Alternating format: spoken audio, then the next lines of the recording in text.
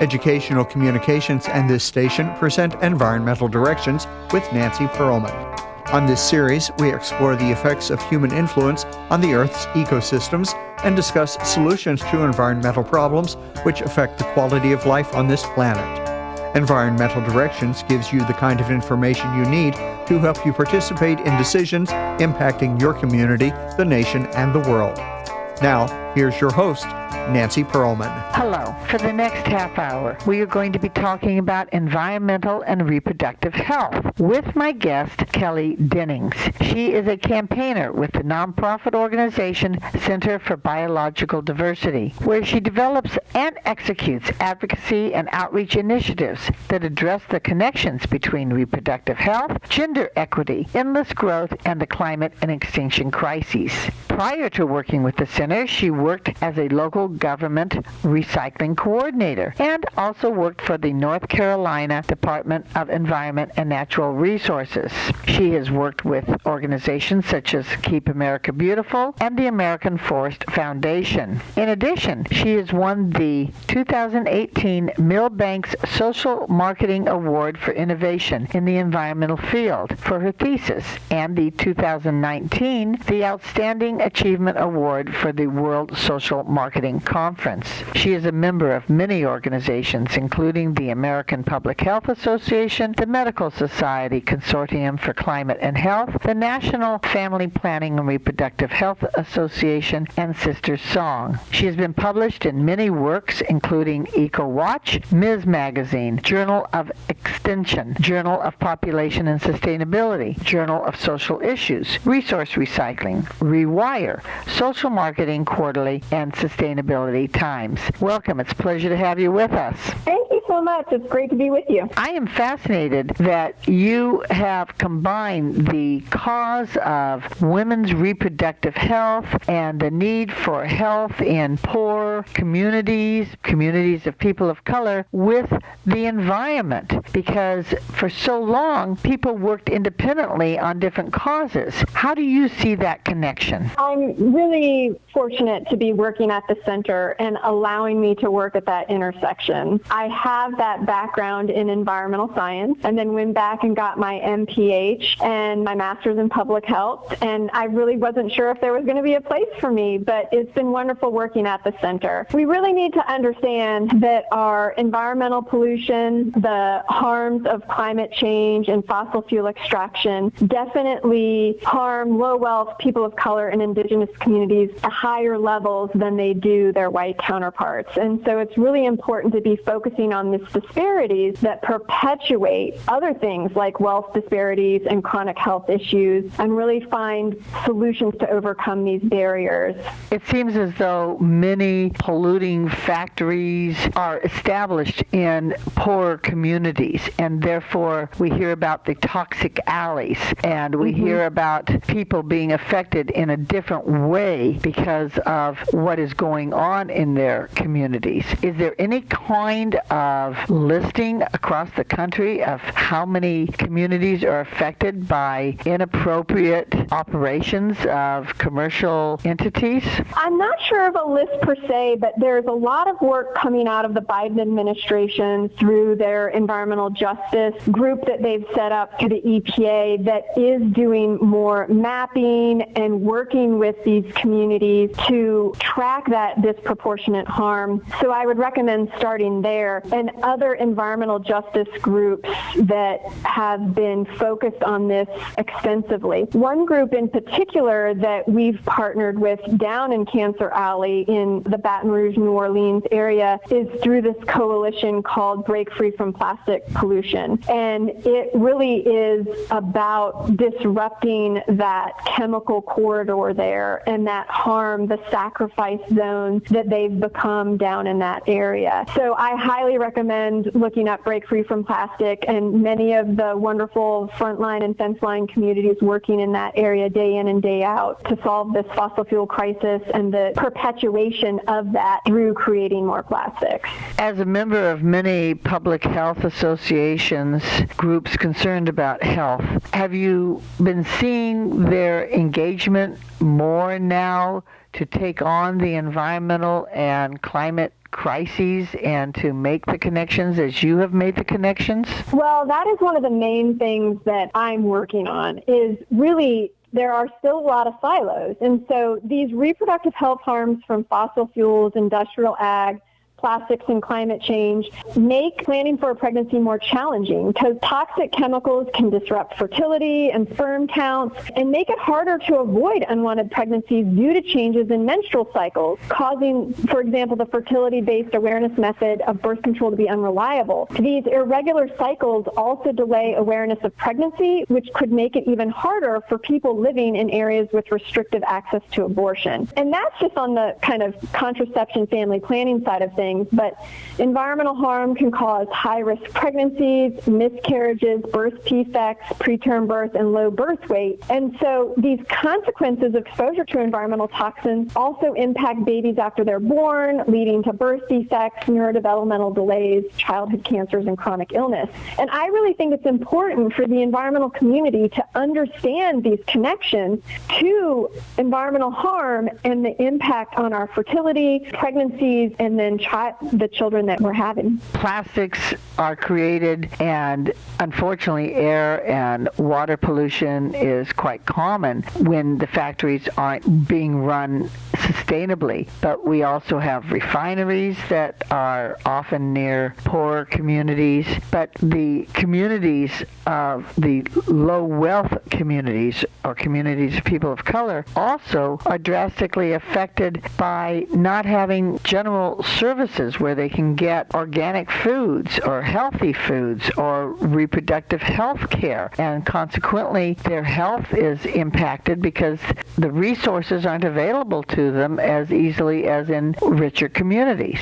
Yeah, plastic in particular, and as we talk about it in relation to reproductive health, plastic products are just riddled with endocrine disrupting chemicals that are harmful throughout their life cycle. And then, as you mentioned, the production of plastics emits these toxic pollutants into the environment where we're exposed. And then the disposal of them adds microplastics to our landfills or oceans, and the incineration of them releases toxic chemicals into the air. So the whole life cycle of plastic, ultimately derived from fossil fuel, is harmful. And yeah, it is difficult in any community right now to wean yourself off plastic. I mean, single-use plastic is just everywhere. One of the projects that I work on is to try to increase reusable systems. We need to go back to the soda bottles that you would take back to the grocery store to refill. I remember those when I was a kid. And so we really need to do that for the communities that are most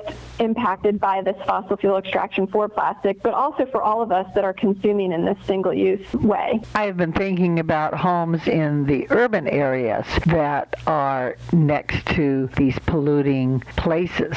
Yet, let's not forget industrial agriculture and how polluting that is, and how the poor farm workers or the workers working on ranches are exposed to pesticides, herbicides, and other toxics. That's a serious problem. Yeah, we have a wonderful program at the center that works on environmental health specific to industrial ag, whether that be the runoff or the pesticides. And then our team in particular works on promoting plant-based eating. So again, as you mentioned though, not all communities can easily access fresh fruits and vegetables, organic produce, community gardens, all these things that we can do to protect ourselves from the harms associated with industrial agriculture. And so unfortunately, the solutions are disproportionate in who can access them, but we work really hard to promote less cattle ranching, less of that on our public lands for sure,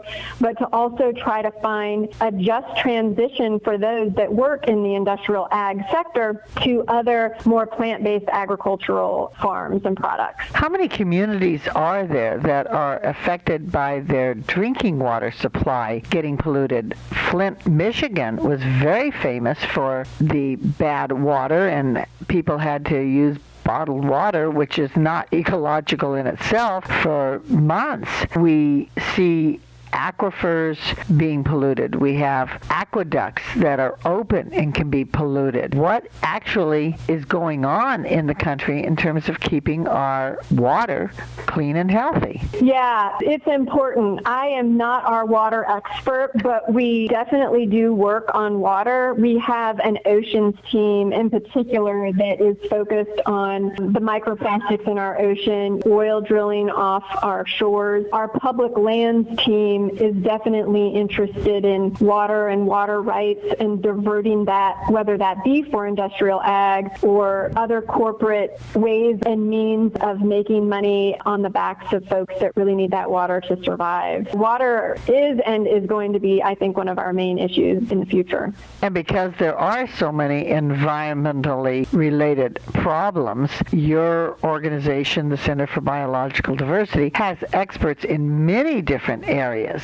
Your group is very famous for taking companies and the government to court to try and get the actions changed because the legislatures are not creating the proper laws that will help us, and because the agencies that should be regulating and managing the laws are not doing an adequate job. So your group is really broadly based in terms of covering almost every environmental issue now. Yeah, thank you. Yeah, we are mostly a team of lawyers and scientists that work to protect the Endangered Species Act. But we say that not only do we want to win in the courts, but we want to win in the court of public opinion. So we also have a very robust communications and creative marketing team that works to change the narrative around some of these things. We focus on carnivore conservation. We have an international team that works on preventing the importation of species that are protected in other countries. I mentioned oceans and public lands are important for us along with environmental health. But the final one I'll mention that relates to this report is our Climate Law Institute. So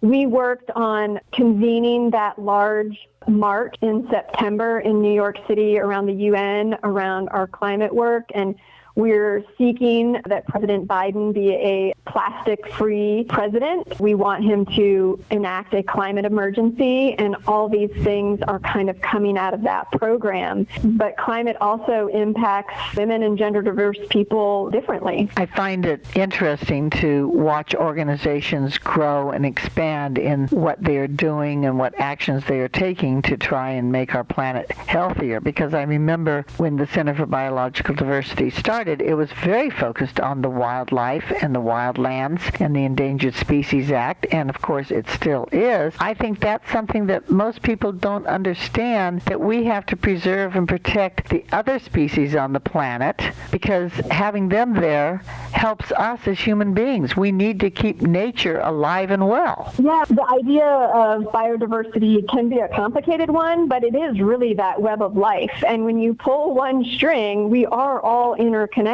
We, I think, talk about it as this, polycrisis now, right? It's not just climate and it's not just biodiversity, but there's these other social issues that we also need to be focused on. So we also have an energy justice team that works on preventing energy shutoffs and community-owned solar. And so, yeah, we do a lot of work at this point, and it's wonderful to be working at these intersections. But I still love reading about how you're fighting to stop the wolf slaughter and how you're trying to make sure animals get listed on the endangered and rare species list, because that is so critical. And we need to continue to protect the plants and animals that can't speak for themselves. Yes, exactly. And we need to make sure that people who are not able to go out into the wild and see them in the wild know that they are there and are beautiful to have in our total ecosystem and our planet. Yeah, it's interesting you say that. One of the things that I focused on in my master's thesis was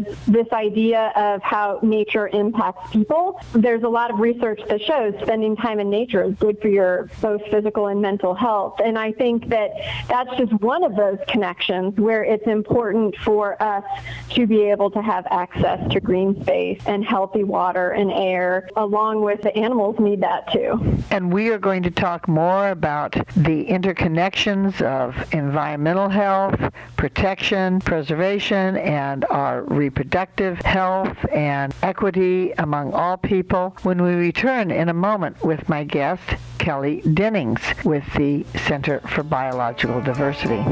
Environmental Directions with Nancy Pearlman continues with further discussion of the world's critical ecological issues. For more information, you may call 310-559-9160 or go to www.ecoprojects.org.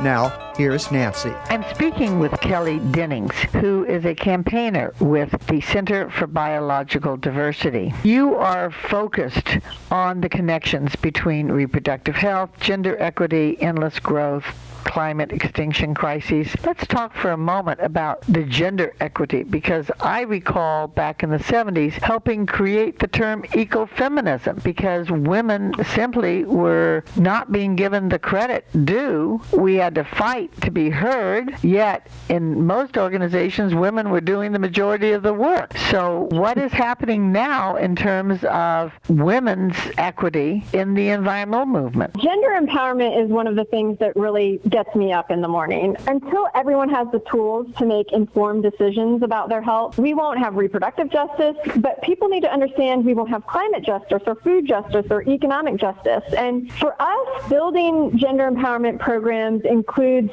supporting sexual and reproductive health and rights, redefining those gender roles were so familiar to us, providing those equitable opportunities for women, girls, and gender diverse people, and guaranteeing safety from violence. And so these things are all related, and without that, the environmental movement will be lacking those voices that are so desperately needed to find these solutions that are important for us. When I got active in the environmental movement in the 60s, I read The Population Bomb and understood that overpopulation on this planet is the major cause of environmental destruction. The carrying capacity should be about 2 billion people, and we have over 8 billion people. And to have population maintained at a carrying capacity that the Earth can support means that we have to provide family planning, and it should be done voluntarily. And yet, sadly, the environmental movement seems to have moved away from acknowledging the importance of providing health care for women, family planning services for women. I think it's time, isn't it, that we get back to the root causes of climate crises and environmental crises?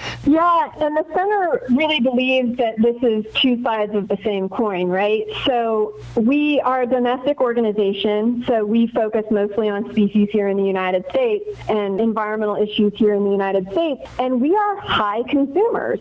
So every child born here in the United States has a 70% larger environmental footprint than somebody in Europe and a 700% larger footprint than somebody in Africa. We need to make sure that everyone born here is a wanted child. And reproductive justice is the ability to choose if and when you want to have children and to do so in a safe and healthy environment. And we could argue that our reproductive rights are eroding along with the environmental health to allow the families that we want to be raised in a safe and sustainable community. I think these are all interrelated, and we need to also rein in our consumption, whether that be energy or agriculture or just stuff. That would go a long way along with providing reproductive health care for all. You mentioned consumerism, and those are incredible facts of 700% more consumerism than in some other parts of the world. It's hard to get people here in America to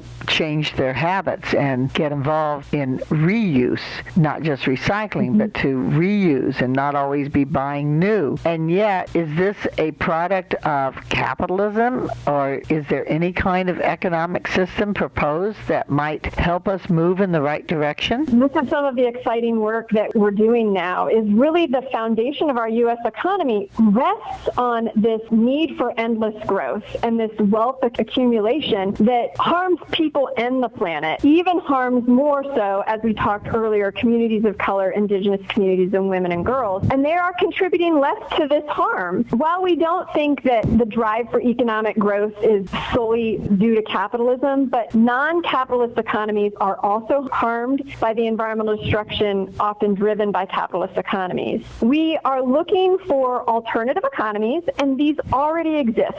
People should not be afraid of this. It is credit unions. It's community-supported agriculture, mutual aid, land trust. These are all economic models that are not built on capitalism, and we can just scale them up, put more of them in our local communities to really be beneficial for, again, people and the planet. The Center for Biological Diversity is based in Arizona, but I'm talking to you in Los Angeles, and you're in Jacksonville, Florida. How many offices do you have now, and what states and areas are you focusing on, or are different experts in different locales due to their area of concern and what they're trying to protect? Our headquarters are in Tucson, but we have about 180 staff members now, and many of us are distributed across the country. So my team in particular, we're all over the place, East Coast, West Coast, and in between. We focus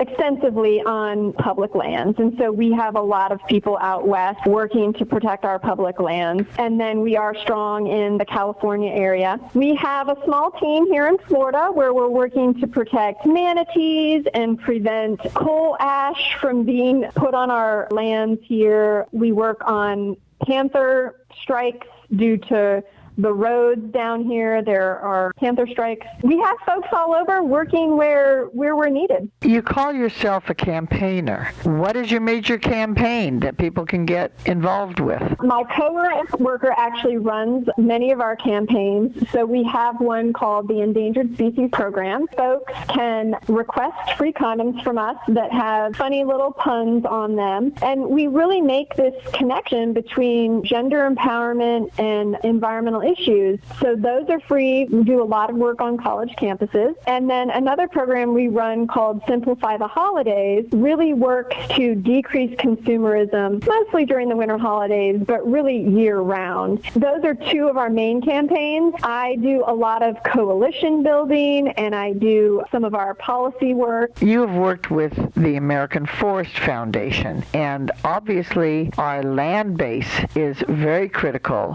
Forests are so important as habitat, watersheds, airsheds. What can we do to do a better job to protect our ecosystems and our forests rather than clear-cutting them and logging them down? The work that I did, the American Forest Foundation actually was working with private landowners. So the majority of our forests are actually owned by individuals. It's not corporations, and it's not the federal government, although they're all very close in competition for ownership status. So we would work with private landowners to try to manage their forests for wildlife conservation, or manage their forests for land trusts and making sure that that land stayed natural in perpetuity. It is just a habitat for those animals. Our work going forward around carbon sequestration and things like that are really tied to those individuals that own that property. You worked for the organization Keep America Beautiful, which has been around a long time. I remember as a child their campaign for us not to litter. And it seems as though we continue to see littering, and we need to continue to have a campaign for people to not litter. I go outside every day and pick up other people's trash, and the cigarette butts are very harmful when they get into the storm drains and go out into the oceans. Why do we still have this problem?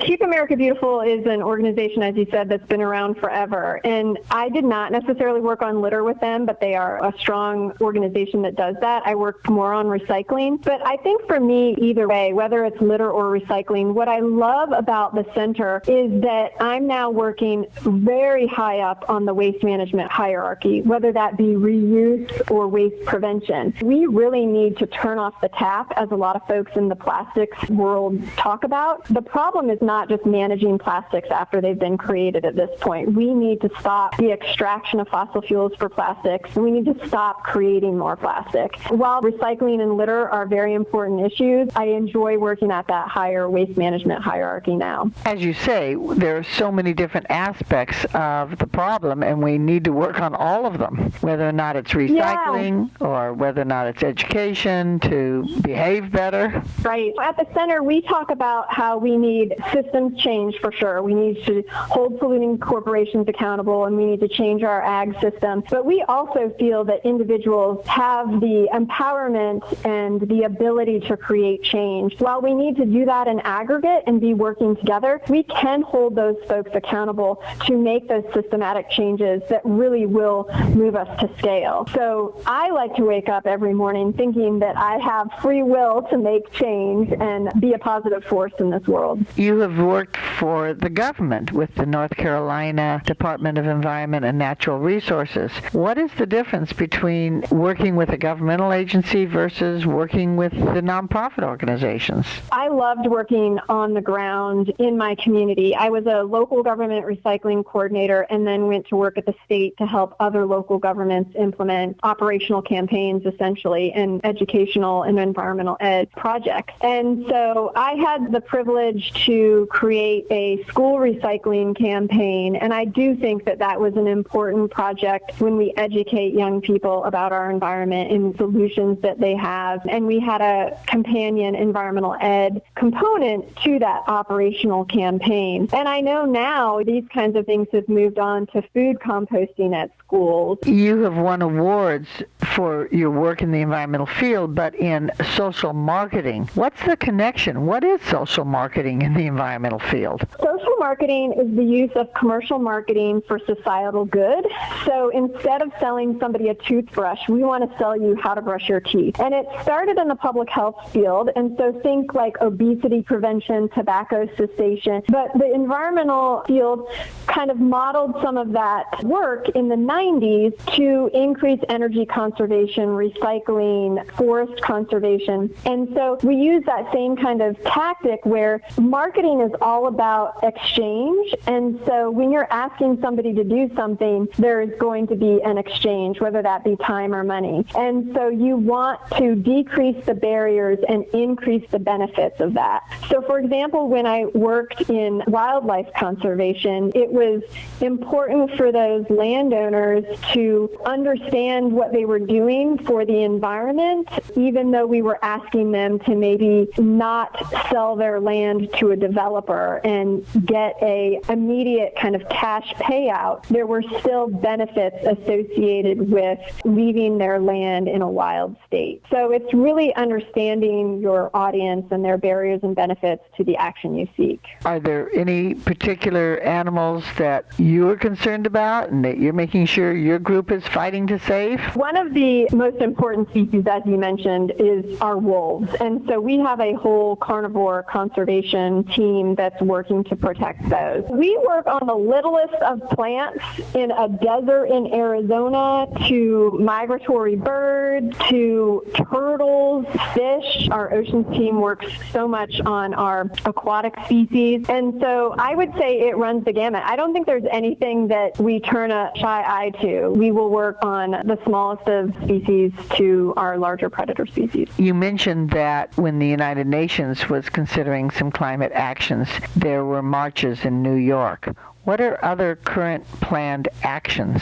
Yeah, well, we actually have a team at COP28 in Dubai right now. So we are heavily involved in the climate negotiations there, really, again, holding the fossil fuel companies accountable for the harm that they're causing to our environment and looking for those equity funds to be able to support those countries that are looking to divest and have been harmed by our consumption over these years. So I would say that is our biggest one, but we also, our international team goes to CITES and works through other UN programs, the Convention on Biological Diversity, to work on these issues on a global basis also, even though we don't do on-the-ground work in other countries. You are doing great work to try and make our planet a better place. You are certainly taking the lead in many different areas to connect all the social and environmental problems going on. Thank you very much for your good work.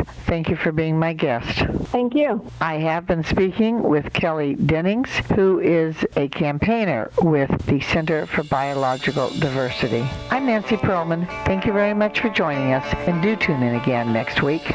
If you would like free information about these environmental issues, go to www.ecoprojects.org or call 310-559-9160. Environmental Directions with your host, Nancy Perlman, is a community affairs program of the nonprofit organization Educational Communications and this station.